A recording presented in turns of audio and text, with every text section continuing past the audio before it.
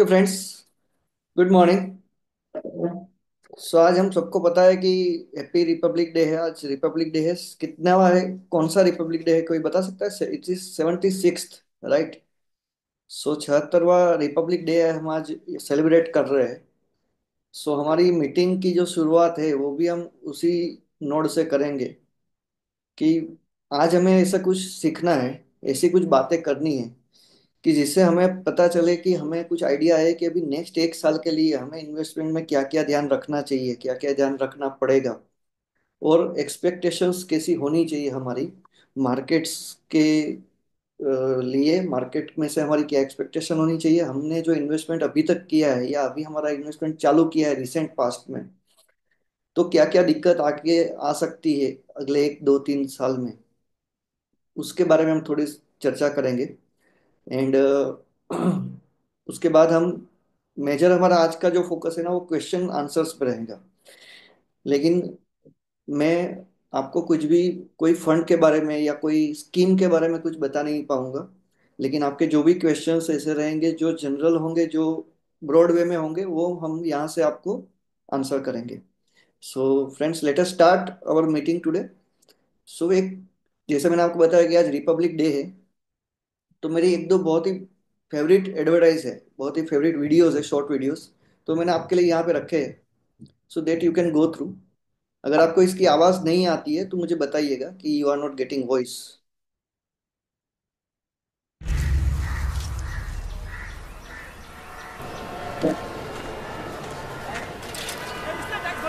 सुबह से ऐसे चल चल क्या सड़क चल चल। नहीं होएगा यार। हाँ ओके सर, आपके लिए उस पार कार का इंतजाम किया है सर। सर आइए सर प्लीज। ए चल चल आ जाओ।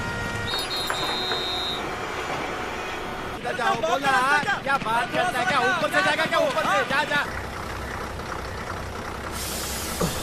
गया main show. I hate this country. कुछ करो ना। अब मैं वहां जाके क्या उखाड़ लूंगा?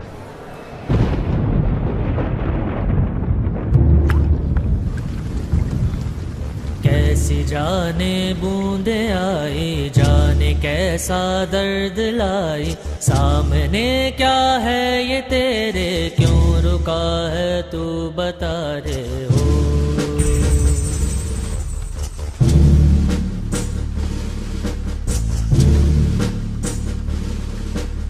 कौन तुझको पार लेगा, कौन होगा वो मसीहा, वो जिसे तू ढूंढता है वो ही है तू, तू वही है।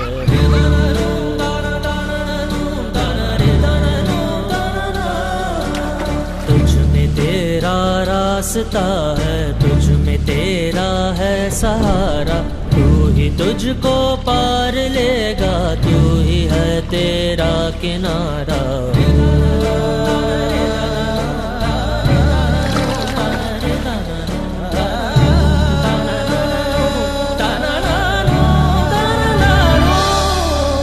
तुझ में तेरा रास्ता है, तुझ में तेरा है सहारा, तू ही तुझको पार लेगा, तू ही है तेरा किनारा। जिसे ढूंढता है तू ही रे, तू ही रे, तू ही रे तेरा मसीहा हो।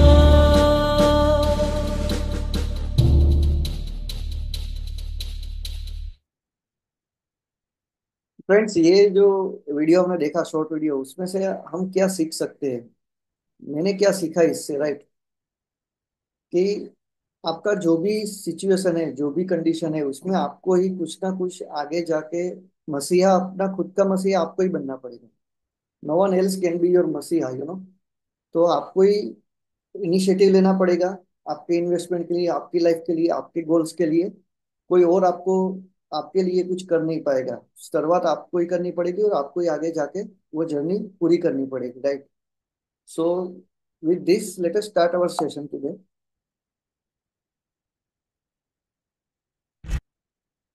सो ये बहुत फेमस कोट है वॉरेन बफे साहब का। Be fearful when others are greedy and be greedy when others are fearful, right? Or greedy only when others are fearful. So इसमें वॉरेन बफेट साहब क्या कहना चाहते होंगे कि जब पूरी दुनिया अगर ग्रीडी है, मतलब कि पूरी दुनिया लालची है, अगर पूरी दुनिया ऐसा मानती है कि शेयर मार्केट है वो बहुत बहुत ही ऊपर जाएगा यहाँ से, और बहुत ऊपर जा रहा है और भी ऊपर जाएगा, तब आपको थोड़ा डरना है, right? You have to be fearful when others are greedy. तो जब पूरी दुनिया मानती है कि शेयर बाजार बहुत ऑलरेडी ऊपर है और यहाँ से बहुत ऊपर जाने वाला है, तब आपको थोड़ा सा डरने की जरूरत रहती है। और जब पूरी दुनिया फियरफुल है, मतलब कि सब लोग डर रहे हैं कि ये मैं मार्केट अभी नीचे ही जाएगा, अभी और कितना नीचे जाएगा, कब ऊपर जाएगा, सब लोग डरे हुए हैं, तब आपको थोड़ा ग्रीडी बनने की जरूरत है, मतलब कि तब आपको थोड़ा लालची बनने की, यानी कि आपको थोड़ा रिस्क लेने की जरूरत होती है। मतलब कि उस टाइम पे आपको थोड़ा रिस्क लेके इस तरह से सोचना है कि अभी ये सही टाइम है, सही मौका है मुझे इन्वेस्ट करने का। तो फ्रेंड्स, हुआ क्या था? 21 जुलाई 2024, राइट? सो उस दौरान सेंसेक्स का जो रेट था ना, वो 80,000 चला गया था। सेंसेक्स वॉज हैज क्रॉस्ड 80,000 इन जुलाई 2024। उस टाइम पे हमने एक सेशन किया था कि Sensex at 80,000, what is next, अभी नेक्स्ट क्या करना चाहिए। उस टाइम पे हमने एक सेशन किया था। सेंसेक्स जब 80,000 पे पहुंचा था, 80,000 पे, राइट? ये उस दौरान का चार्ट है, मतलब कि अगस्त महीने का, पिछले 6 महीने, मतलब 6 महीने पहले से अगस्त, ये जुलाई तक का चार्ट है, जुलाई 2024, राइट? सो ऐसा मान के चले कि 2024 स्टार्ट हुआ वहां से लेके जुलाई तक का ग्राफ है। यहाँ पे अगर आप देखो तो अबाउट 21,000 पे जुलाई ईयर जो था वो चालू हुआ था, and with in 6 to 7 month जो इंडेक्स था वो 24,500 के करीब पहुंच गया था। मतलब ये निफ्टी है, निफ्टी 50 है, मतलब कि इंडिया की सबसे बड़ी 50 कंपनियों का ये इंडेक्स है, राइट?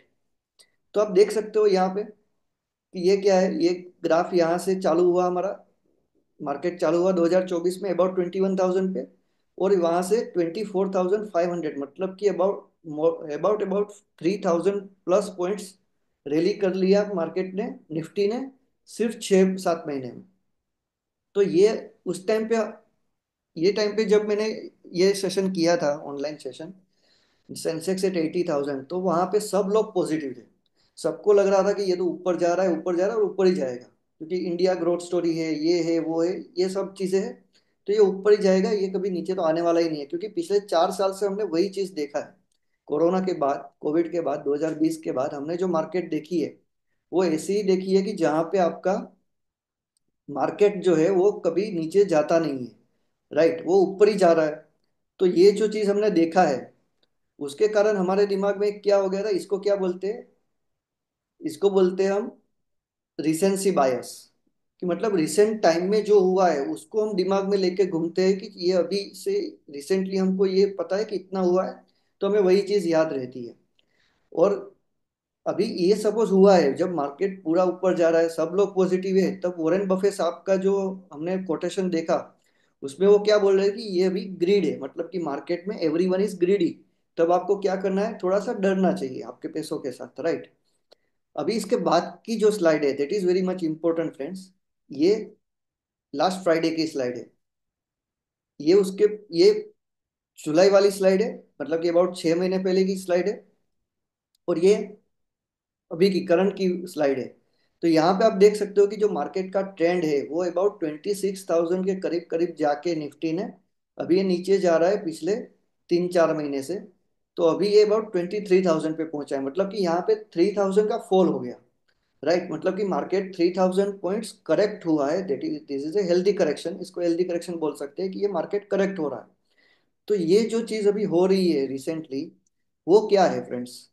ये अभी आपको क्या लग रहा है, पूरी दुनिया जितने भी है वो क्या है, फियर में है, every one is in fear कि अभी मार्केट और कितना नीचे जाएगा, मेरे पास पैसे तो है लेकिन मैं कब इन्वेस्ट करूं, और कितने दिन के बाद मैं इन्वेस्ट कर सकता हूँ, कितने महीने तक मार्केट नीचे जाएगा।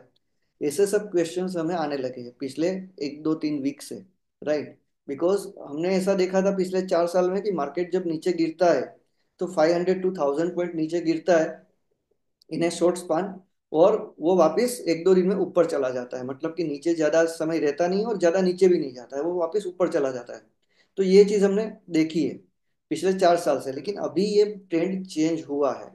अभी हमको क्या दिख रहा है कि पिछले 3 महीने से मार्केट नीचे नहीं जा रहा है, तो मेरे पैसों को जो मैंने इन्वेस्ट चालू किया था पिछले 1 साल से किया था, 6 महीने से किया था, या 1.5 2 साल से किया था, वो सब मुझे या तो जीरो जीरो पे या थोड़ा बहुत नेगेटिव पे जा रहे हैं, जो मैंने म्यूचुअल फंड में इन्वेस्टमेंट किया था वो। सो इसके कारण क्या हुआ है कि सब लोग डरे हुए हैं। अगेन हमारा जो वोरेन दादा का जो सेंटेंस था वो क्या था, जब सब लोग डरे हुए तो आपको थोड़ा लालची बनना है। मतलब कि जब पूरी दुनिया पूरा मार्केट बोल रहा है कि ये मार्केट नीचे ही बहुत नीचे चला गया और भी नीचे जाएगा, तब आपको थोड़ा ग्रीडी बन के थोड़ा रिस्क लेना पड़ेगा, राइट। सो यहाँ पे अभी सब लोग फियरफुल है, सब लोग डर रहे हैं, तो आपको डरने की जरूरत नहीं है अगर आप लॉन्ग टर्म इन्वेस्टर हो तो, राइट। दूसरा डेटा पॉइंट देखते हैं फ्रेंड्स इसी सिलसिले में। तो जब हमने ये जुलाई में जब किया था, उस टाइम पे मैंने आपको जैसा बताया 24,500 के करीब मार्केट था। और यहाँ पे आप देख सकते हो कि जो उसका प्राइस टू अर्निंग रेशियो है वो 23 के करीब था, प्राइस टू बुक वैल्यू है वो 4 के करीब था, और अर्निंग पर शेयर था वो 1052 के करीब था। ये समझने की जरूरत अभी नहीं है हमको कि ये क्या है, इसको क्या बोलते हैं, लेकिन सिर्फ मैं आपको एक डेटा पॉइंट दिखाना चाहता हूँ।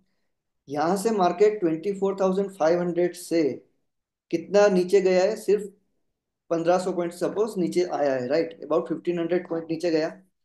यहाँ पे अगर आप देखोगे तो निफ्टी जो है उसका जो पीई है वो कितना करेक्ट हो गया, अबाउट 8.67% नीचे आया। निफ्टी आया है 5.86% डाउन गया, लेकिन उसका जो वैल्यूएशन है वो इतना चीप हो गया। मतलब कि ये मार्केट जो है यहाँ पे जो है वो सस्ता है, ये सस्ता है, ये महंगा मार्केट है, राइट। लेकिन हमारे दिमाग में क्या रहता है, एक रिसेंसी बायस, जो मैंने आपको बोला कि ये मार्केट जो है जुलाई वाला वो महंगा था, ये जनवरी वाला जो मार्केट है वो सस्ता है, राइट। मार्केट की भाषा में इसको सस्ता बोलते हैं क्योंकि आपका पीई रेशियो डाउन है, price to book ratio down हो गया है as compare to July. Price to book ratio is 18% down. जो अर्निंग से, जो प्रॉफिट से 50 कंपनियों का, वो 4% से बढ़ा है, राइट। पिछले 6 महीने में जो कॉरपोरेट्स के रिजल्ट आते हैं वो इतने भी अच्छे नहीं आए हैं पिछले 1 2 क्वार्टर से, लेकिन फिर भी जो भी आए हैं उसमें 4% का इजाफा हुआ है, 4% बढ़ा है। तो ये क्या दिखाता है कि मार्केट सस्ता है अभी, प्लस अर्निंग का ग्रोथ थोड़ा तो थोड़ा है सही, मतलब it is not stagnant, right. जब ये चीज स्टेगनेंट हो जाती है तब हम बोलते हैं कि रिसेशन आ गया। जब भी आपका जीडीपी का जो रेट है वो कंसेक्यूटिव 2 क्वार्टर से ग्रोथ नहीं दिखाता है तो उसको रिसेशन बोलते हैं। So there is no recession right now in the market. लेकिन मार्केट अभी आपको क्या मिल रहा है, सस्ता मिल रहा है as compare to before 6 month. So again इसी चीज को अगर हम आगे सोचते हैं, अगर अगर इसको और आगे लेके जाते हैं, तो हम यहाँ पे देख सकते हैं कि आगे क्या हुआ। जुलाई में जब हमने ये सेशन किया था, जब सेंसेक्स था 80,000 पे, तो एक मार्केट मूड इंडेक्स करके है, टिकर टेप करके एक वेबसाइट है, वहां से हमने ये ग्राफ उस टाइम पे भी लिया था। और अभी 6 महीने के बाद का, अभी परसों का अगर मैंने ग्राफ देखा तो यहाँ पे आप क्या देख रहे हो, एक्सट्रीम फियर। हमने जो ग्रीड और फियर की बात करी ना, उसी के ऊपर ये एक डेटा पॉइंट है, एक ग्राफ बनाता है ये वेबसाइट वाला। सो जुलाई में सब लोग ग्रीडी थे, मतलब कि सब लालची थे। मार्केट में जितने भी लोग इन्वेस्ट करने आते थे वो लालच से इन्वेस्ट करने आते थे, राइट।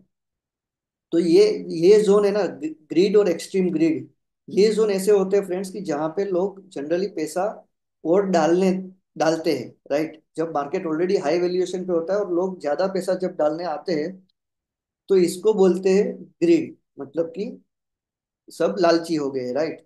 और ये जो है फियर और एक्सट्रीम फियर, ये फेज में जब मार्केट होता है, मतलब कि पूरी दुनिया, ज्यादातर जो इन्वेस्टर है वो अभी डर रहे हैं कि मार्केट में अभी पैसा डाले कि ना डाले, अभी क्या करे, मार्केट कहाँ जाएगा, कैसे जाएगा, क्या होगा, वी डोंट नो। सो ये जो फेज है, जब फियर वाला फेज रहता है, उस टाइम पे जो रियल इन्वेस्टर होता है, जो लॉन्ग टर्म इन्वेस्टर होता है, उसके लिए ये सबसे बेस्ट मौका रहता है, बेस्ट ऑप्शन रहता है आपको आपके गोल्स के लिए इन्वेस्टमेंट करने का। और अगर जो इन्वेस्टमेंट चालू है उसमें थोड़ा बहुत आप टॉप अप भी कर सकते हो, ये one one of the best phase रहता है। सेम चीज एक सेमको म्यूचुअल फंड करके कंपनी है, उसका एक इमोसी स्कोर करके करके वो लोग बनाते हैं। सो इमोसी स्कोर है, स्कोर जो है वो 2 3 फैक्टर्स को वो लोग मिक्स करके एक कॉम्बाइंड फैक्टर एक बनाया हुआ है। यहाँ पे ये लोग क्या बोलते हैं फ्रेंड्स, जब जुलाई में हमने सेशन किया था, जब सेंसेक्स 80,000 पे था, 24,500 पे जब निफ्टी था, 1,500 पॉइंट ऊपर था जब ये आज के लेवल से। सो उस टाइम पे आप देखोगे कि ये लो पे था, बराबर। इमोसी स्कोर वॉज 93, मतलब कि लो रेंज में था। उस वहां पे वो लोग क्या बोल रहे थे, they were suggesting to invest cautiously, मतलब कि आपको बहुत ही ध्यान रख के, बहुत ही सोच समझ कर इन्वेस्ट करना चाहिए। आप किसी भी चीज में इन्वेस्ट नहीं कर सकते, इसका कहने का मतलब ये है, राइट। और अगर रिसेंट का 2 दिन पहले का अगर हम इमोसी स्कोर देखेंगे, तो अभी ये कहाँ पे है, 106 पे है, राइट, मतलब कि हाई जोन पे है। यहाँ पे वो लोग क्या बोल रहे हैं कि कंटिन्यू एक्यूमुलेशन, मतलब कि ये एक्यूमुलेशन फेज में अभी है। एक्यूमुलेशन किसको बोलेंगे फ्रेंड्स, कि जब आपकी मार्केट की वैल्यूएशन थोड़ी बहुत रिजनेबल लगती है, उस टाइम से आपको इन्वेस्टमेंट चालू कर देना पड़ेगा। मतलब कि आपका जो इन्वेस्टमेंट चालू ही है, उसमें आपको और ज्यादा यूनिट्स, म्यूचुअल फंड के यूनिट्स है, जो एसेट्स जिसको बोलेंगे, उसको आपको एक्यूमुलेट करना चालू करना पड़ेगा। तो ही आपका जो रिटर्न है वो बरकरार रहेगा, और रिटर्न बहुत बढ़िया मिलेगा आगे जाके, लॉन्ग टर्म पे, right. So that is the main thing, कि आपका अभी आपका माइंडसेट क्या है, राइट। अभी आप क्या माइंडसेट लेके मार्केट में आ रहे हो, मार्केट में इन्वेस्ट कर रहे हो, आपकी एसआईपी चल रही है, लमसम कर रहे हो, स्टॉक्स में कर रहे हो, कुछ भी करो, इक्विटी, ओवरऑल इक्विटी मार्केट में आप जो भी करते हो। लेकिन ये मोमेंट ऐसा है, ये टाइम फेज आगे ऐसा आने वाला है, और अभी ऐसा है कि आपको लंबे समय तक इन्वेस्ट करना है। और आपको जो भी करना है वो, जितना भी आपके पास सरप्लस अमाउंट है, जितना भी आपके पास एक्स्ट्रा मनी है, उसको आप, ये परफेक्ट टाइम है कि आप यहाँ पे उसको इन्वेस्ट कर सकते हो। क्योंकि ये एक्यूमुलेशन का फेज अभी चल रहा है मार्केट में, तो आपको एसेट को एक्यूमुलेट करना है, right. This is another factor friends, जो हमने प्राइस टू अर्निंग रेशियो की जो बात की, तो उसमें हम ज़्यादा डिटेल में टेक्निकली नहीं जाएंगे, लेकिन आप देख सकते हो यहाँ की 2001 के बाद, 2001 से 2007, तो यहाँ पे वो जो प्राइस टू अर्निंग रेशियो था वो बहुत ही लो पे चल रहा था, राइट। उसके बाद 2017 के बाद वो रेड जोन में आना चालू हुआ, मतलब कि उसका जो well price to earning ratio बहुत ही ऊपर जा रहा था। और अगेन इसके बाद अगर आप देखो 2023 के बाद, 2023 और 2024 के बाद वो थोड़ा थोड़ा नीचे आ रहा है। तो अभी वो ऑलरेडी आपका जो वैल्यूएशन है वो पिछले 10-12 साल में कंफर्टेबल वैल्यूएशन पे ऑलरेडी हम पहुंच गए हैं। और यहाँ से मार्केट जितना भी करेक्ट होगा, उतना ये जो पीई का नंबर है अभी 21.36 जो यहाँ पे आपको दिख रहा है, वो और नीचे आएगा। जैसे जैसे मार्केट अगर नीचे आता है, निफ्टी सपोज है वो नीचे आता है, तो ये रेशियो नीचे आता है। और जब जब कॉर्पोरेट्स की अर्निंग बढ़ती है, 50 कंपनीज जो है उसकी अर्निंग अगर बढ़ती है, तो उस टाइम पे भी ये रेशियो नीचे आता है, राइट। तो या तो आपका मार्केट करेक्ट हो जाए, या आपकी कॉर्पोरेट की अर्निंग्स के नंबर्स जो है, प्रॉफिट जो है वो ज़्यादा बढ़ जाए, उस टाइम पे ये रेशियो नीचे आता है। और ये रेशियो जब भी नीचे आता है, तो ऐसा माना जाता है कि मार्केट की वैल्यूएशन अभी रीजनेबल है टू स्टार्ट योर इन्वेस्टमेंट, और यू और to top up your investment, right. तो अभी हम ये फेज पे है फ्रेंड्स। सो अगेन, अभी हम रियल लाइफ मैसेजेस के बारे में बात करते हैं। ये थोड़े बहुत मैसेजेस जो मुझे पिछले 1-2-3 वीक्स में, जिस जो फ्रेंड्स है, जो इन्वेस्टर है मेरे, उसके जो आए हैं, उसके बारे में मैंने यहाँ पे आपके लिए रखा है। ये जिसका मैसेज आया, उसका हमने 1 साल पहले एसआईपी किया था, राइट। 19 जनवरी 2024 से हमने एसआईपी चालू किया था, ईएलएसएस में किया था, क्योंकि टैक्स सेविंग के लिए ईएलएसएस बेस्ट रहता है, आपको पता ही है। तो हमने वो जो किया, तो उसका ये फ्रेंड का मैसेज आया कि ये करंट वाली जो एसआईपी हमारी चल रही है, उसमें खास रिटर्न तो मिल नहीं रहा है, खाली टैक्स सेविंग के लिए हम कर रहे हैं ऐसा लग रहा है। मतलब वो फ्रेंड का ऐसा मानना था कि हम सिर्फ टैक्स सेविंग के लिए कर रहे हैं, इसमें कुछ रिटर्न तो मिल नहीं रहा है। तो मुझे उसको रिप्लाई करना पड़ा फ्रेंड्स, कि हमने 1 साल पहले ही चालू किया है। अगर आपने 1 साल पहले कुछ इन्वेस्टमेंट अगर चालू करते हो, तो जनरली आपको रिटर्न ना भी मिले, ऐसा बन सकता है। लेकिन जैसा हमने रिसेंसी बायस में देखा, कि पिछले 4 साल से हमने वही चीज देखा कि मार्केट तो हर साल 20% ऊपर जाता है, 20% ऊपर जाता है। तो अगर मैं वही माइंडसेट से चलूंगा कि मुझे 20% का ग्रोथ मिलने ही वाला है, बराबर, तो वो चीज पॉसिबल नहीं है। हर बार ऐसा पॉसिबल नहीं होता है कि आपको 20% का रिटर्न एवरी ईयर मिल सके। It is not possible friends. ऐसे ऐसे फेज आते हैं जब मार्केट 0% भी रिटर्न दे सकता है, 1 साल, 2 साल, 3 साल में, राइट। अगर आप हिस्ट्री देखोगे मार्केट की, तो 2008 से 2013, 5 साल का निफ्टी 50 का रिटर्न 0% है। It's zero, right, almost 0%। सो ऐसा भी हो सकता है कि इसको बोलते हैं टाइम करेक्शन। मार्केट में करेक्शंस दो टाइप के होते हैं फ्रेंड्स। एक रहता है प्राइस करेक्शन, जहाँ पे आपका मार्केट है वो शॉर्ट टाइम में 20 30 40 50% नीचे गया है, तो that is called price correction. मतलब कि आपका प्राइस जो है, मार्केट का जो रेट है, जो उसकी वैल्यू है, वो डाउन गई है। दूसरा रहता है टाइम करेक्शन। टाइम करेक्शन मतलब कैसा रहता है कि जहाँ पे आपको मार्केट नीचे तो नहीं आ रहा है, लेकिन एक रेंज बाउंड रहता है। अभी अगर कोई मार्केट को एक्टिवली ट्रेक कर रहा है, कोई ट्रेडिंग कर रहा है, तो उसको पता होगा कि निफ्टी की जो रेंज है वो 22,000 से लेकर 23,000 24,000 की बन गई है। मतलब ये ऊपर जाता है तो 23,500 या 23,500 के ऊपर जाता है, वापस नीचे आता है तो 21,000 22,000 के आसपास आके रुक जाता है। राइट, 23,000 से लेके थोड़ा बहुत प्लस माइनस होता है डाउन साइड पे। सो ये इसको बोलते हैं रेंज बाउंड मार्केट। तो मार्केट अभी है ना वो रेंज बाउंड हो गई है। तो एक फिक्स, बहुत ही एक नैरो रेंज में मार्केट मूव कर रहा है। ऊपर जा रहा है तो नैरो रेंज में जा रहा है, नीचे जा रहा है तो भी नैरो रेंज में जा रहा है। तो ना ही वो जल्दी से ऊपर जा रहा है, ना ही एकदम फटाफट नीचे आ रहा है। तो इसको बोलते हैं time correction. So what phase we are in is, हमें ऐसा लग रहा है कि वो टाइम करेक्शन है, राइट।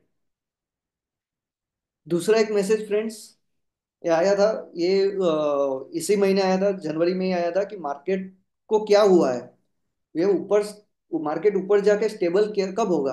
राइट, मुझे पूछ रहे थे कि क्या लग रहा है आपको।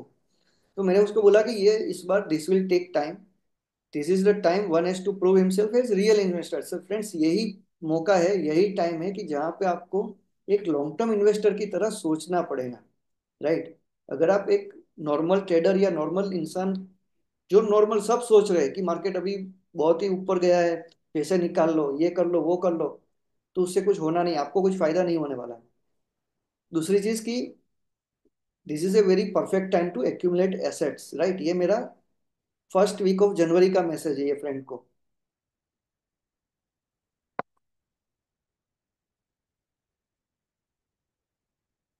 फ्रेंड्स, एक ये बहुत ही इंटरेस्टिंग मैसेज आया था मुझे, ये मेरे मेरे खास, मैं बहुत ही हंसा था ये मैसेज देख के।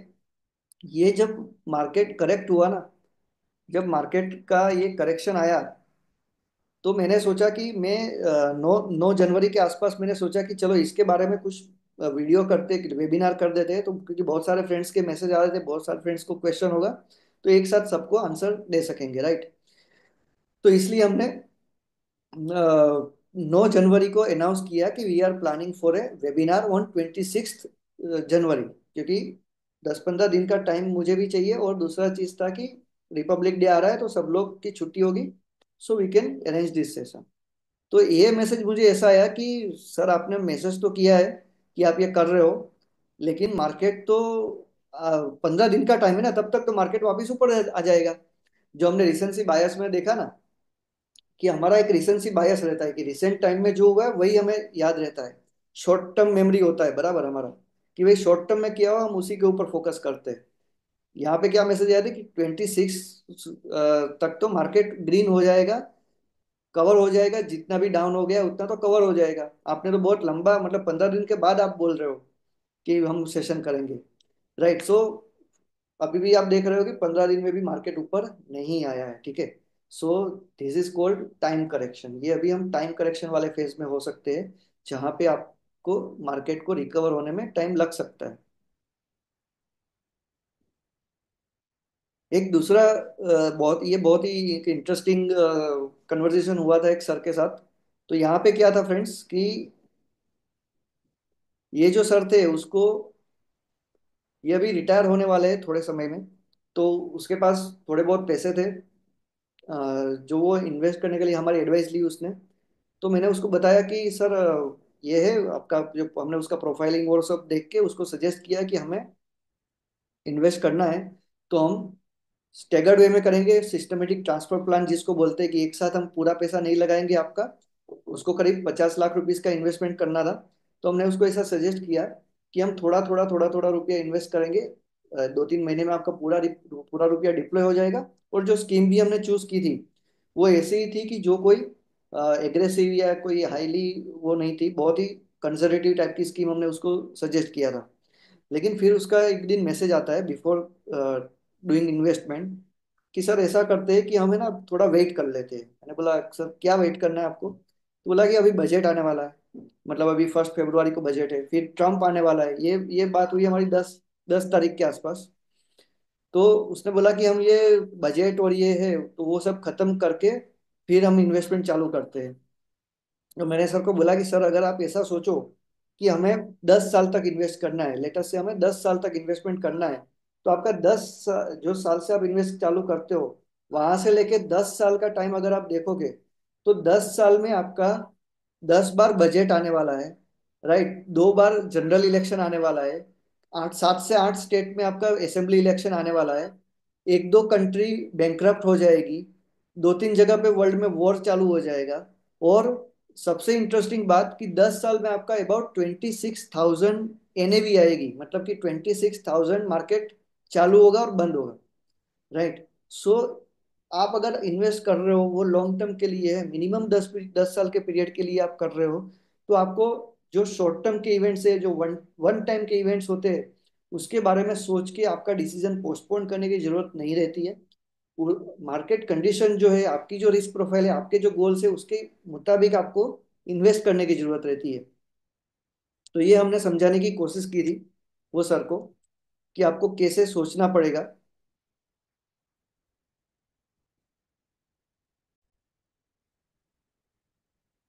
उसके बाद फ्रेंड्स एक मैसेज आया था कि हाँ, तो ये हमने डिस्कस किया कि ट्रम्प आने के बाद फर्दर मार्केट अगर डाउन जाता है, सो मैं थोड़ा मुझे जो एनएवी मिल जाएगा वो थोड़ा डाउन मिल जाएगा, इसलिए मैं ऐसा सोच रहा हूँ कि 50 लाख अभी ना इन्वेस्ट करके मैं बाद में करूँ, फरवरी के बाद। लेकिन अगेन यहाँ पे हमने जो डिस्कस किया कि वो ऐसा ही होता है कि आपका अगर पैसा हम लगाने भी वाले हैं तो एक साथ तो नहीं लगाते हैं, आपको वीकली मार्केट में वीकली इन्वेस्ट करके 2-3 महीने में पैसा आपका डिप्लॉय होने वाला था। तो आपको ये सब चीज जो शॉर्ट टर्म के इवेंट्स है, बजट है, ट्रम्प है, उससे कोई आपके पोर्टफोलियो में ज्यादा फर्क नहीं पड़ता है लॉन्ग टर्म के लिए, राइट। एक फ्रेंड्स ऐसा एक आया था कि ये मैसेज ऐसा था कि कोई स्कीम जो है वो मेरे पोर्टफोलियो में नहीं कर रही है कुछ भी, मुझे रिटर्न नहीं मिल रहा है, राइट। सो ये जो मैसेज आया था वो एक ऐसा फंड था कि जहाँ पे हमने अबाउट एक साल पहले ही इन्वेस्टमेंट चालू किया था, और वो जो इन्वेस्टमेंट किया था वो 3 से 5 साल के लिए किया था, कि मिनिमम ये जो सेक्टर में या ये जो फंड में हम इन्वेस्ट करेंगे वो मुझे 3 से 5 साल तक रखना है। उसके बाद मैं कुछ सोचूंगा कि मुझे इसके अगर सेक्टर परफॉर्म नहीं करता है तो मैं निकालूंगा। लेकिन अभी सिर्फ 8-10 महीने ही हुए थे और ये मैसेज आ गया कि ये फंड परफॉर्म नहीं कर रहा है, तो हमें इसको चेंज करना है कि नहीं करना है, राइट। सो ये जो फेज है ना, ये आपको और नेक्स्ट 1-2-3 साल तक ये रह सकता है, ये वाला फेज। अभी हमने ये फेज चालू किया है, चालू हुआ है ये फेज अक्टूबर या नवंबर 2024 से। सो यहाँ से आगे जाके और 1-2 साल भी ये वाला फेज रह सकता है कि जहाँ पे आपको रिटर्न ना दिखे आपके पोर्टफोलियो में। सो अगेन फ्रेंड्स, ये स्लाइड पे हम आ गए कि be fearful when others are greedy. तो ये सब मैसेजेस हमने देखे मार्केट के बारे में, जो हमने थोड़ा बहुत डेटा देखा, उसके बेस पे हम क्या सोच सकते हैं कि जब मार्केट में सब लोग अभी फियरफुल है तब आपको ग्रीडी बनना चाहिए, राइट। अभी हमारी मार्केट की कंडीशन क्या है, वी आर फियरफुल स्टेज पे है, तो हमें ग्रीडी बनने की जरूरत रहती है, right. So this is very much important. Second point is that कि होता क्या है कि पर्सनल फाइनेंस जो है ना वो मोर पर्सनल प्रॉब्लम है, it's not a maths problem, right. तो वो पर्सनल प्रॉब्लम है, वो गणित का प्रॉब्लम नहीं है, मतलब कैलकुलेशन का प्रॉब्लम नहीं है एक्चुअली में। सो होता क्या है कि आपका और आपके दोस्त का, आपके कलीग्स का, आपके रिश्तेदार का रिस्क एपेटाइट अलग हो सकता है, राइट। सपोज आज मैं हूं तो मैं रोज पिज्जा नहीं खा सकता हूँ, लेकिन मेरे साथ अगर कोई यंगस्टर है जो 20-25 साल का है, वो रोज पिज्जा खाएगा 7 दिन तो उसको कोई फर्क नहीं पड़ेगा। लेकिन मैं खाऊंगा तो मुझे वो मेरी हेल्थ को सूट नहीं करेगा। तो इसको क्या बोले, वो और मेरे लिए रिस्क, मेरी रिस्क टेकिंग एबिलिटी इतनी नहीं है कि मैं रोज पिज्जा खा सकूं। मेरे साथ वाला जो यंगस्टर है वो रोज पिज्जा खा सकता है क्योंकि उसकी रिस्क टेकिंग एबिलिटी अभी उतनी है, राइट। सो यहाँ पे ये पिक्चर हमें क्या दिखाता है फ्रेंड्स, कि ये जो जिराफ है वो पानी के अंदर है, और वो इन लोगों को बोल रहा है कि तू भी आजा अंदर, इतना कोई डीप नहीं है। अरे भाई तेरी हाइट इतनी है इसलिए तुझे डीप नहीं लग रहा है, लेकिन इन लोगों की हाइट तो इतनी कि वो लोग तो डूब जाएंगे, राइट। सो दिस इज, ये जो पिक्चर हमें क्या दिखाता है कि आपकी और आपके बाजू वाले की जो रिस्क टेकिंग एबिलिटी है वो अलग अलग होती है। उस कंटेक्स्ट में आपका जो फंड सिलेक्शन हुआ है वो बाजू वाले से अलग भी हो सकता है, आपके लिए जो फंड सूटेबल है वो बाजू वाले के लिए सूटेबल ना हो, और वाइस वर्सा।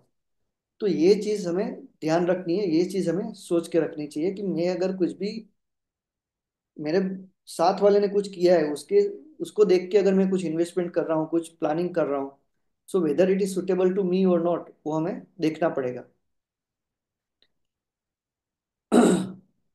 फ्रेंड्स, ये एक इंपॉर्टेंट पॉइंट डिस्कस करते हैं कि मार्केट में जो पूरा वर्ल्ड होता है, वर्ल्ड की इकोनॉमी में जब भी कोई क्राइसिस आता है ना, उस टाइम पे क्या होता है कि आपका एक कंट्री होता है जो कुछ अलग अगर करता है, बाकी की दुनिया से अगर कुछ अलग करता है, तो उसको मार्केट बहुत ही रिवॉर्डिंग रिटर्न देते हैं इन्हें 15 से 20 साल में, राइट, 15 से 20 साल में बहुत ही रिवॉर्डिंग रिटर्न्स मिल सकता है। यहाँ पे अगर आप देखोगे तो 1945 में जब वर्ल्ड वॉर टू खत्म हुआ तो ग्लोबल पावर जो था वो यूरोप से यूएस में शिफ्ट हो गया था।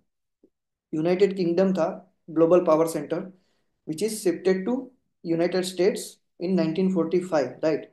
उस टाइम पे जो उसका डाउ जोन्स करके इंडेक्स था यूएस का, 1945 में वो करीब करीब 200 के करीब था, राइट। वो in a span of just 10 years, 10 to 15 years, वो कितना हो गया, 1000, मतलब कि आपका 5 गुना इंडेक्स बढ़ गया, राइट। जैसे हमारे यहाँ निफ्टी और सेंसेक्स है, वैसे वहां पे डाउ जोन्स है। उसके बाद क्या हुआ, 1970s में यूएस की जो मार्केट थी वो स्टेगनेंट हो गई, उसमें इतना सारा ग्रोथ नहीं दिख रहा था। तो पूरा जो स्टेग्नेशन था उसका फायदा किसको मिला, जापान को मिला। तो जापान में क्या हुआ, उसका निक्की करके जो इंडेक्स था वो 1970s में 198 के करीब था, वो भी 200 के करीब था। जस्ट 15 ईयर्स में वो 39,000 पे पहुंच गया, राइट।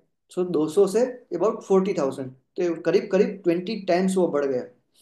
सेम चीज अगर हम जापान के बाद 1990s में जब चाइना में ऐसा फेज आया, उस टाइम पे उसका जो हैंगसेंग करके इंडेक्स था, राइट, वो 3000 पे था और अबाउट 28,000 पे पहुंच गया। मतलब कि यहाँ पे भी आप देखोगे तो अबाउट 10 टाइम्स ग्रोथ हुआ है, 10 गुना ग्रोथ हुआ है। ये तीनों का अगर हम एवरेज भी सपोज ले तो 10 से 15, आगे के 10 से 15 साल में कोई एक इकोनॉमी ऐसी हो सकती है क्या कि जहाँ पे उसका जो इंडेक्स है, मेन इंडेक्स है, वो 10 गुना बढ़ जाए।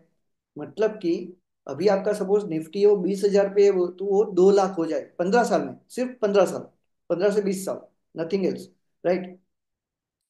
तो 2022 में अगर आप देखोगे तो पूरी वर्ल्ड की जो इकोनॉमी थी वो इस तरह से, पूरा स्ट्रक्चर इस तरह से हो गया था कि जहां पे आपका जो निफ्टी था वो कितने पे था, 18,000 पे था, राइट, 18,000 पे था।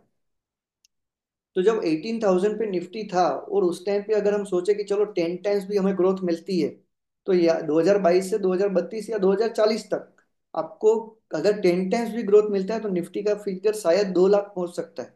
ये जो हिस्टोरिकल डेटा है, वर्ल्ड की जो हिस्ट्री है, उसके बेस पे अगर हम देखें तो यहाँ पे ये हम सोच सकते हैं कि शायद ऐसा हो जाए, ठीक है।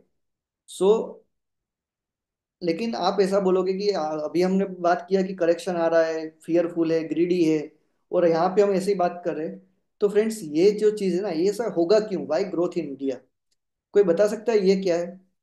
फ्रेंड्स ये है ना, ये पॉपुलेशन पिरामिड है, इसको बोलते हैं पॉपुलेशन पिरामिड। ये जो है ना वो जापान का है, ये पिरामिड। तो जापान में एज ऑफ 2024 का ये ग्राफ है। यहाँ पे आप देख सकते हो कि जो पॉपुलेशन है उसकी जो एवरेज एज है, दैट इज 48, राइट, 48 की एवरेज एज है। अभी होता यंग नेशन किसको बोलेंगे, यंग नेशन में ऐसा ग्राफ होता है, ये इंडिया का है जहाँ पे आपका एवरेज एज जो है वो 28 होके आ रहा है। सो यहाँ पे आप देख सकते हो कि ज्यादातर जो पॉपुलेशन है वो बिलो 40 है, बिलो 40 ही ज्यादातर पॉपुलेशन आपकी है। सो उससे क्या होता है, नेक्स्ट 15-20 साल में जो आपका डिस्क्रिशनरी स्पेंड्स होने वाला है, उसके बेस पे आपकी इकोनॉमी का ग्रोथ हो सकता है। अगर इकोनॉमी ग्रोथ होती है तो चांसेस है कि आपका मार्केट भी ग्रो होगा, जो हमने पिछली वर्ल्ड हिस्ट्री में देखा उस हिसाब से। अभी मार्केट जो है इंडिया का वो कहाँ पे है, अगर आप मोटा मोटा अगर देखेंगे, सो यहाँ पे ये क्या है कि कंटेनर, जैसे वो कंटेनर और शिपिंग कंटेनर आपने देखे होंगे, जो बड़े बड़े गुड्स को ले जाने के लिए शिप में लोड होते हैं। अगर आप यहाँ पे देखो तो इंडिया में पर कैपिटा, मतलब कि एक बंदे के साथ अगर हम कंपेयर करें तो 14 कंटेनर्स पोर्ट पे आते हैं, जो हमारे पोर्ट है वहां पे, राइट। वही चीज अगर हम वर्ल्ड की एवरेज देखें तो that is 1000, right. It is 1000 की वर्ल्ड की एवरेज है। अभी वही चीज अगर हम एयरलाइंस के लिए बात करें तो 60 60 लोग एक 60 अगर होता है जो फिगर, राइट। सो यहाँ पे क्या है कि आपका एयर ट्रांसपोर्ट पैसेंजर्स पर 1000, 1000 में से 60 लोग आपका एयर ट्रैवल करते हैं, राइट। सो यही चीज अगर हम वर्ल्ड में देखें तो वर्ल्ड की जो एवरेज है वो 289, राइट। 289,000 में से 289 लोग एयर ट्रैवल करते हैं। तो हमारा ये भी फिगर जो है इंडिया में वो बहुत ही लो पे है। तो ये इसके इसमें भी बहुत बड़ा स्कोप है। दूसरा है आपका इलेक्ट्रिसिटी कंजम्पशन। तो किलो वॉट पर कैपिटा, एक बंदा 1032 बिजली यूज कर रहा है।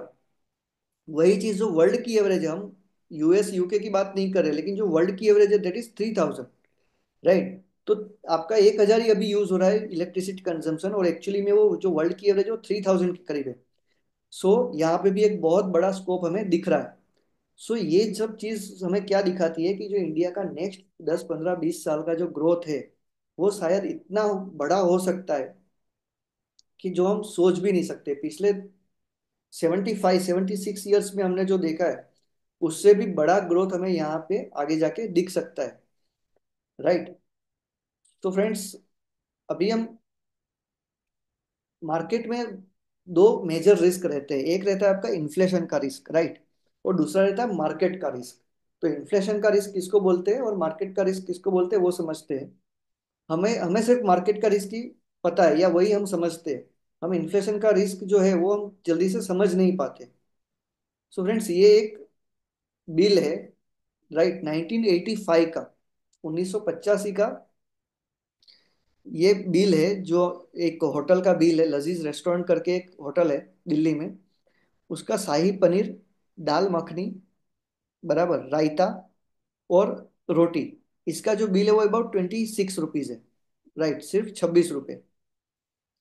तो अगर यही चीज अगर आज दिल्ली में आप खाने जाओगे तो करीब करीब आपको 1500 से 2000 में मिलेगी, राइट। तो ये हो गया आपका इन्फ्लेशन का रिस्क। इसको बोलते हैं इन्फ्लेशन का रिस्क। लेकिन हमें क्या समझ में आता है कि सिर्फ मार्केट में ही रिस्क होता है, राइट। लेकिन मार्केट में भी जो रिस्क होता है तो उसको हमें मैनेज करना पड़ेगा। देखो फ्रेंड्स, रिस्क कभी आप नलीफाई नहीं कर सकते हो, रिस्क कभी जीरो नहीं हो सकता है, राइट। रिस्क को आपको मिटिगेट करना पड़ेगा, रिस्क को आपको मैनेज करना पड़ेगा, राइट। अभी उसको कैसे कर सकते हैं, फटाफट एक ये 3 4 स्लाइड देख के फिर हम Q&A स्टार्ट सेशन स्टार्ट करते हैं। अगर आपने निफ्टी 50 में 1 साल के लिए इन्वेस्ट कर रहे हो, मतलब कि 1 साल के लिए मैंने इन्वेस्ट किया और एग्जैक्ट 1 साल के बाद मैं वो पैसे निकाल देता हूँ, तो यहाँ पे आप देख सकते हो कि नेगेटिव रिटर्न है वो मुझे अबाउट 24 टाइम्स मिल रहा है। मतलब 100 में से 24 बार मुझे नेगेटिव रिटर्न मिला है। यही चीज सपोज मैंने 3 साल के लिए किया, मतलब कि मैंने आज इन्वेस्ट किया और 3 साल तक होल्ड करके रखा, फिर अगेन मैंने कल मार्केट में इन्वेस्ट किया, अगेन एग्जैक्ट 3 साल के बाद वो पैसा मैं निकाल लेता हूँ। तो मेरा क्या हुआ, अबाउट 7 बार नेगेटिव जा सकता है। मतलब 100 में से 7 टाइम्स वो मुझे नेगेटिव रिटर्न दे सकता है मार्केट, राइट। यही चीज अगर मैं देखते जाऊं कि 7 साल के अगर मैं होल्ड करके रखता हूं मार्केट को, और ये डेटा फ्रेंड्स ऐसा है कि 2000 से लेके 2025 तक का ये डेटा है, right. So right from 2000 to 2025, तो पिछले 25 साल का हम डेटा यहाँ पे स्टडी कर रहे हैं। तो 7 साल तक अगर मैं होल्ड करके रखता हूँ तो मार्केट ने कभी भी मुझे नेगेटिव रिटर्न नहीं दिया है, right. So this is a very important parameter for us, कि ये जो मार्केट का रिस्क, मुझे जो पता है कि मार्केट में पैसा मेरा डूब सकता है, मार्केट पे मुझे नेगेटिव रिटर्न मिल सकता है, तो उसको मुझे कैसे मैनेज करना है। कि मुझे मेरा जो पैसा मैं अगर लगा रहा हूँ, मैं मेरा इन्वेस्टमेंट कर रहा हूँ, तो मिनिमम मैं 7 से 8 साल तक उसको देखूँ ही नहीं, उसके बारे में मैं सोचूं भी नहीं। तो ऐसा हो सकता है शायद, डेटा हमें, हिस्टोरिकल डेटा ये बता रहा है कि शायद हमें एक रिटर्न, तो रिटर्न तो अच्छा मिलेगा लेकिन आपका नेगेटिव जाने की भी संभावना कम हो गई, राइट। यही चीज हमने देखा कि चलो 15 साल के लिए अगर हम देखते हैं तो क्या होता है। 15 साल तक आपने, पिछले 25 साल में अगर 15 साल तक आपने इन्वेस्ट करके रखा था, तो क्या हुआ फ्रेंड्स कि 100 में से 20 बार, 20 टाइम्स आपको 8 से 12% का रिटर्न मिला है। और मोर देन 12% का रिटर्न आपको 80 बार मिला है, 80 टाइम्स, 100 में से 80 बार आपको पंद्रह आपको 12% से ज्यादा का रिटर्न मिला है अगर आपने 15 साल तक आपका इन्वेस्टमेंट होल्ड करके रखा है। इसको बोलते हैं रोलिंग रिटर्न्स। राइट। सो ये हमें क्या दिखाता है फ्रेंड्स, कि जब भी मार्केट में कोई ऐसा प्रॉब्लम है, तब आपको जो भी इन्वेस्टमेंट कर रहे हो, तो मिनिमम आपको 7-8 साल के लिए अगर आप करोगे, तो आपको प्रोबेबिलिटी ऐसी है कि नेगेटिव जाने की संभावना बहुत ही जीरो हो गई, कम हो गई। और जब आप 10 से 15 साल तक अगर आप पैसा आपका होल्ड करके रखते हो, तो आपको 12% से ज्यादा का रिटर्न आने की संभावना बढ़ जाती है। Right friends. सो इसका कंक्लूजन क्या है? इन्फ्लेशन का रिस्क हमने क्या देखा, कि इन्फ्लेशन है वो शॉर्ट टर्म में आपको कम, इन्फ्लेशन का रिस्क कम है, लेकिन अगर लॉन्ग टर्म में आप अगर आप सोचोगे तो वो हाई है।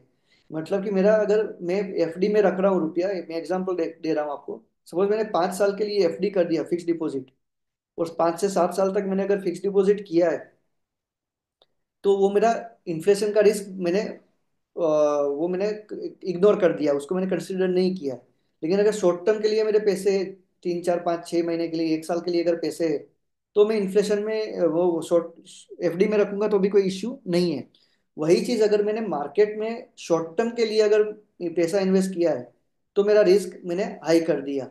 और अगर मैंने लॉन्ग टर्म के लिए मैं पैसा इन्वेस्ट कर रहा हूँ, तो मेरा रिस्क कम हो गया। Right. So this is how I have to think about my money. मेरे पैसे के लिए मेरे पास किस टाइप के पैसे हैं, कब चाहिए, उसके बेस पे मुझे मेरा इन्वेस्टमेंट प्लान करना चाहिए।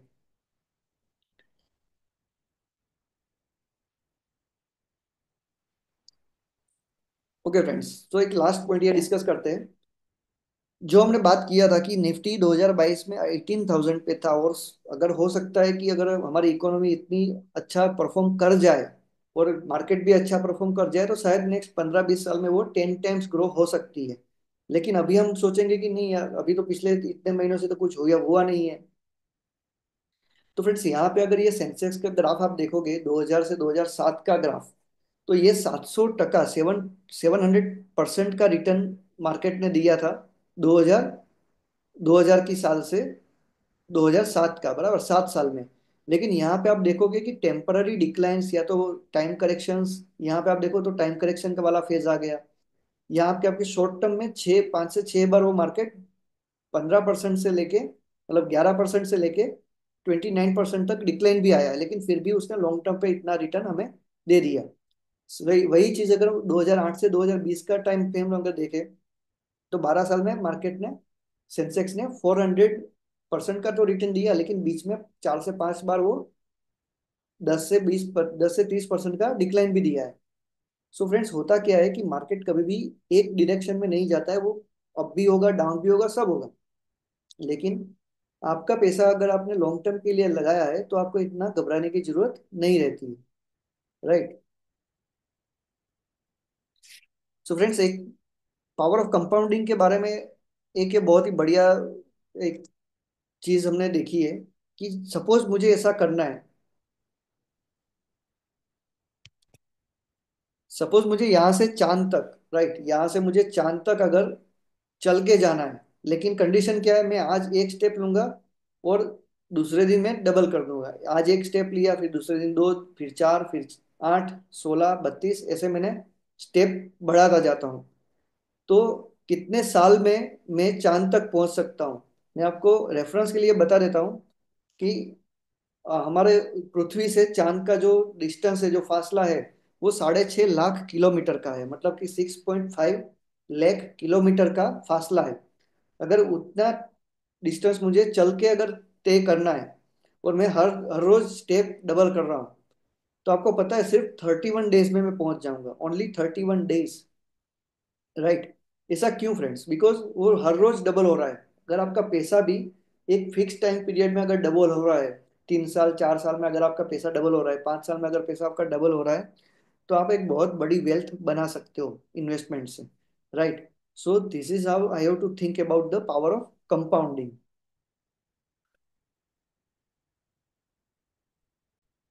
सो this is about this power of compounding. So friends, अभी हमारा सेशन एंड करते हैं, और अगर आपको कोई भी क्वेश्चन है, तो आप पूछ सकते हो। और एक लास्ट वीडियो हम प्ले कर देते हैं, एक बहुत बढ़िया, एक बहुत जबरदस्त वीडियो आज मैंने देखा, मैंने सोचा आप लोगों के साथ शेयर कर दूं।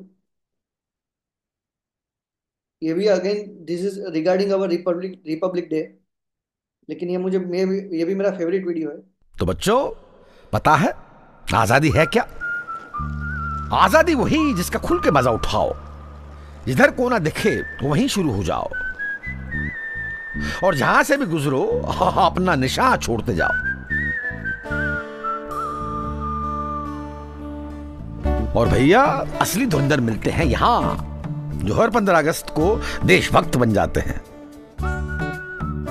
रियल इंडिया की फोटो इंस्टाग्राम पे हैशटैग आजादी के साथ चिपकाते हैं।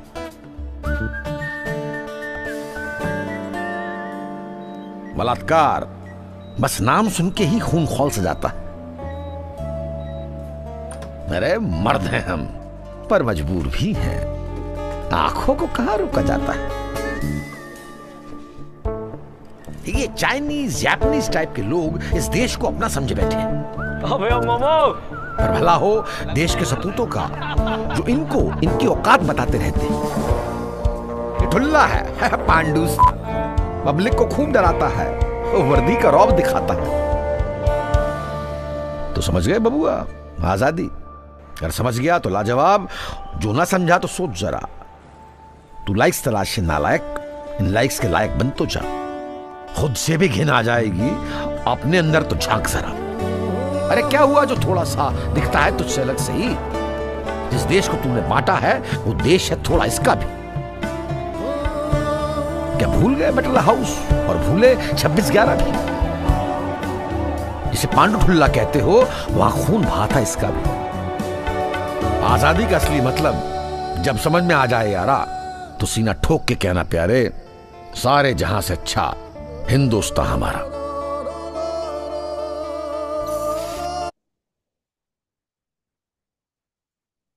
So friends, thank you very much. ये वीडियो आपको कैसा लगा वो भी आप बताइएगा। सो सारे जहां से अच्छा हिंदुस्तान हमारा, यही चीज हमें हमारे इन्वेस्टमेंट में भी करनी पड़ेगी, कि मेरे इन्वेस्टमेंट में मुझे जो हिंदुस्तान अच्छा है उसका मुझे लाभ लेना है। राइट। सो फ्रेंड्स, अभी आपको कोई भी क्वेश्चन है तो आप पूछ सकते हो। अनम्यूट, आपको अपने आप को अनम्यूट करके कोई भी क्वेश्चन है तो पूछ सकते हो, otherwise we will end this session in 2-3 minutes.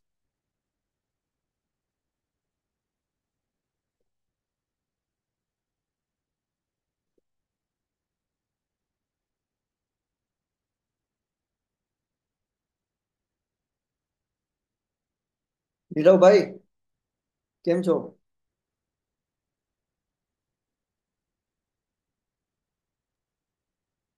निकुंज भाई, happy republic day first of all. Same to you, same to you, thank you. Very nice informative presentation you have prepared. Thank you, thank you. उसमें भी जो आपने last video दिखा दिया वो तो heart touching था।